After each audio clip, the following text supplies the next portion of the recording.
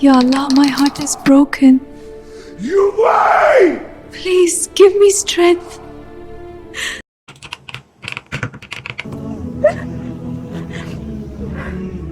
Oh Allah, have mercy on my situation.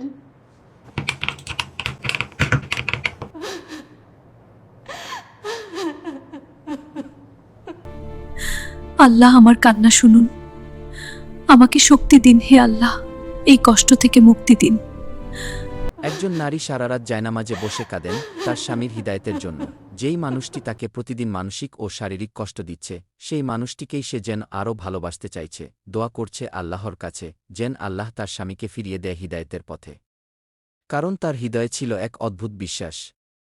সে জানতেন আল্লাহ কখনো ধৈর্যশীলদের নিরাশ করেন না, কিন্তু এক রাতে এমন কিছু ঘটল যা সেই নারীর জীবনকে চিরতরে বদলে দিল। এবং যে অহংকারী ও ধনী মানুষটি মনে করত সে সব কিছু করতে পারে টাকার জোরে, তারই একদিন এমন পরিণতি হল যা তাকে পথের ভিখারি করে দিয়েছে। এই পৃথিবীতে কিছু কিছু মানুষ জন্মায় আলো নিয়ে, তাদের দিকে তাকালে মনে হয় সৃষ্টিকর্তা একটু বেশি যত্ন করে বানিয়েছেন তাদের। মরিয়ম ছিল সেরকমই একজন। সে কোনো রাজপরিবারের মেয়ে ছিল না, তার বাবা একজন সহজ সরল মানুষ ছিলেন।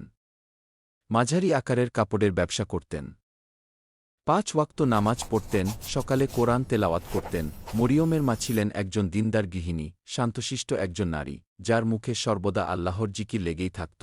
এই পরিবারের মাঝে মরিয়ম বড় হয়েছিল। ছোটবেলা থেকেই সে কিছুটা আলাদা ছিল।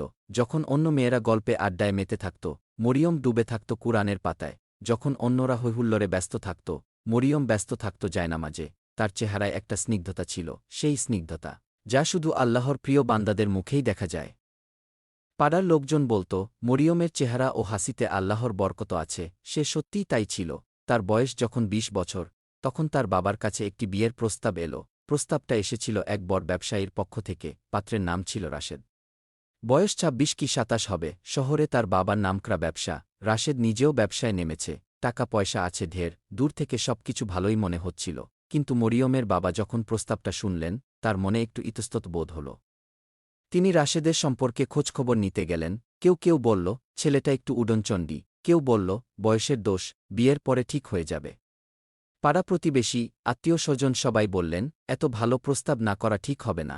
এরকম প্রস্তাব সবসময় আসে না। ছেলেদের এত টাকা পয়সা, মেয়ে সুখেই থাকবে। মরিয়মের বাবা ভাবলেন, সত্যিই তো, ছেলেদের এত টাকা পয়সা, তার মেয়ে সুখেই থাকবে। এটুকুই তো তাদের চাওয়া। কিন্তু টাকা পয়সা কি সত্যিই প্রকৃত সুখ দেয়?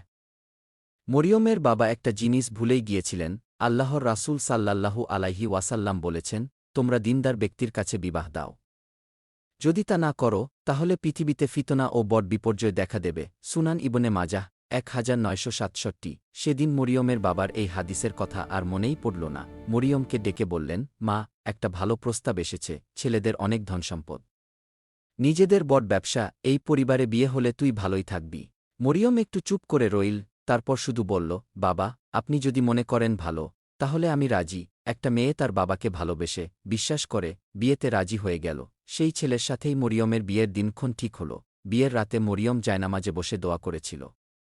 সে বলছিল, হে আল্লাহ, আমার এই নতুন জীবনে আপনি আমার সাথেই থাকুন। আমার স্বামীকে আমার মনের মতো করে তৈরি করে দিন, যাতে সে আমাকে ভালোবাসে। আমরা যেন একসাথে আপনার ইবাদত করতে পারি। আমাদের সংসারে বরকত দান করুন, আমিন।